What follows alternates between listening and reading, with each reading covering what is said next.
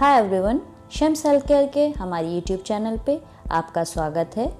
आज का हमारा टॉपिक है गैस्ट्राइटिस किसको बोलते हैं? गैस्ट्राइटिस में आपके पेट और आंतों की जो सबसे अंदर की दीवार होती है उसमें सूजन आ जाती है। गैस्ट्राइटिस आपको दो तरह से हो सकती है, जिसको हम एक्यूट और क्रॉनिक गैस्ट्राइटिस कहते हैं। अगर किसी वजह से आपके सूजन तेज़ी से आ जाए तो इसे एक्यूट बोलेंगे, और कोई वजह आपको धीरे धीरे परेशान करती रहे जिसकी वजह से ये सूजन धीरे धीरे आए तो इसे क्रॉनिक गैस्ट्राइटिस बोलते हैं। अब बात करें इंसिडेंस के बारे में, यानी कि कौन लोग हैं जो गैस्ट्राइटिस में जल्दी मुब्तला हो जाते हैं।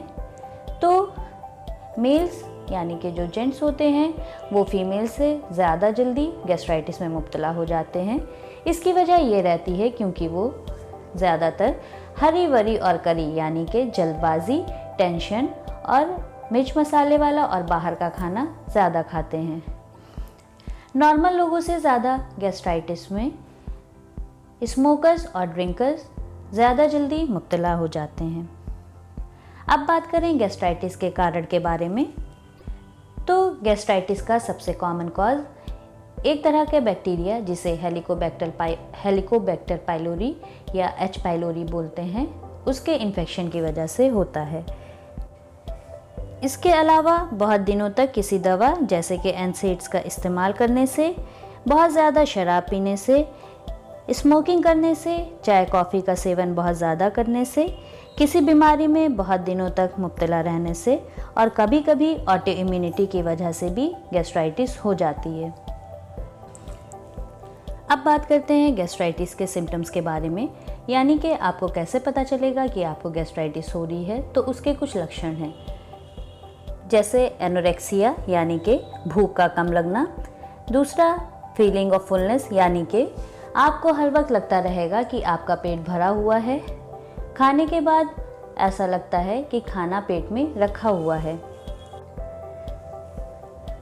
सीने में और पेट में बहुत ज़्यादा जलन होना, खट्टी डकारों का आना, पेट का फूलना, पेट के ऊपरी हिस्से में बहुत तेज़ दर्द होना, उल्टी लगना और कभी कभी उल्टी का हो जाना, और मिर्च मसाले की कोई भी चीज़ खाने के बाद पेट में जलन और दर्द का बढ़ जाना। अब बात करते हैं गैस्ट्राइटिस के कॉम्प्लिकेशन के बारे में, यानी कि अगर आपको गैस्ट्राइटिस हो गई है और आपने उसका सही तरह से इलाज नहीं किया तो आपको उसकी वजह से क्या क्या दिक्कतें हो सकती हैं, उसके बारे में बात करते हैं। कभी कभी गैस्ट्राइटिस रहते रहते पेट के अंदर की दीवार में सूजन के साथ साथ ज़ख्म भी हो जाते हैं, जिन्हें गैस्ट्रिक अल्सर बोलते हैं। इन अल्सर से ब्लीडिंग होने की संभावना होती है।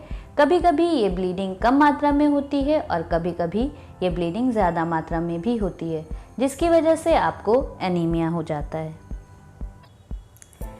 अब बात करते हैं गैस्ट्राइटिस की डायग्नोस्टिक फाइंडिंग्स के बारे में, यानी कि किस तरह से डायग्नोस करेंगे कि किसी मरीज़ को गैस्ट्राइटिस हुआ है। गैस्ट्राइटिस की डायग्नोसिस बनाने के लिए किसी भी मरीज़ की हिस्ट्री लेना अच्छी तरह से बहुत ज़्यादा ज़रूरी है। उससे उसके रहन सहन, उसके लाइफ स्टाइल, उसके खाने पीने की आदतें और किसी भी तरह का मेडिकेशन या किसी भी तरह की कोई बीमारी के बारे में पूछते हैं। इसके अलावा कुछ जांचें कराते हैं जिससे हम गैस्ट्राइटिस की श्योर शॉट डायग्नोसिस बना सकें। जांचें जैसे कि गैस्ट्रोस्कोपी, एंडोस्कोपी, हिस्टोलॉजिकल एग्जामिनेशन। इसके साथ साथ हम खून की भी कुछ जांचें कराते हैं, जैसे कि CBC, blood group, serum electrolyte, KFT and LFT। अब बात करते हैं गैस्ट्राइटिस के इलाज के बारे में। तो गैस्ट्राइटिस का इलाज करने के लिए हम एंटासिड का इस्तेमाल करते हैं। अगर मरीज़ को उल्टियाँ हो रही हैं या उल्टी लग रही है तो एंटीएमेटिक दवाओं को देते हैं। दर्द के लिए एनसेड्स का इस्तेमाल करते हैं। अगर एनसेड लेने से किसी मरीज़ को दिक्कत हो रही है तो उसकी जगह पे प्रोस्टाग्लैंडिन E1 एनालॉग का इस्तेमाल करते हैं। इसके साथ साथ अगर एच पाइलोरी के इन्फेक्शन की वजह से गैस्ट्राइटिस हुआ है तो एंटीबायोटिक्स दवा का भी इस्तेमाल करते हैं।